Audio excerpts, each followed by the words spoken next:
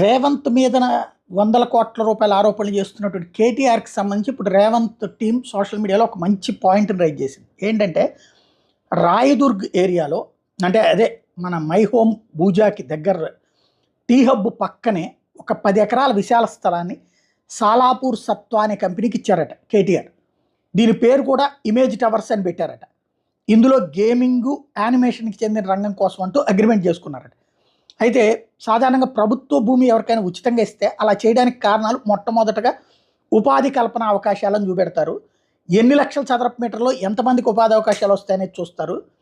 Animation రంగం హైదరాబాద్కి రావాలంటే అందులో చాలా పెట్టుబడులు సాలాపూర్ పెట్టాలి కాబట్టి వాళ్ళకి మొత్తం ప్రాజెక్టులో 75% వాటా ఇచ్చేశారనుకుందాం. కానీ కేటీఆర్ సార్కి ఎందుకు వచ్చిందో ఆలోచన, కానీ సాలాపూర్ సంస్థ ఒక్క పైసా కూడా యానిమేషన్ ఇండస్ట్రీకి పెట్టకుండా మొత్తం 75% ఓపెన్ మార్కెట్లో ఆఫీస్ అపార్ట్మెంట్స్